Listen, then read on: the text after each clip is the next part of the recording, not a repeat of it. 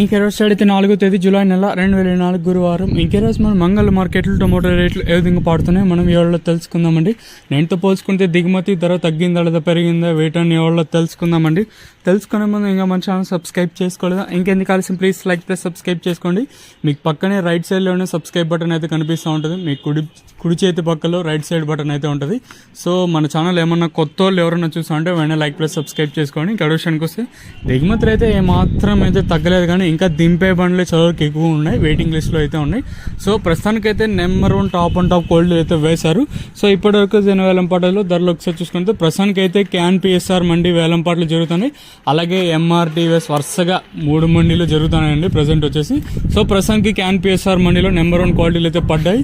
గల్యూషన్ కోసం మనం ముందుగా థర్డ్ రకం క్వాలిటీ విటమిన్ వేస్తే సెకండ్ క్వాలిటీలు కాస్త క్వాలిటీలు ఏమన్నా ఉంటే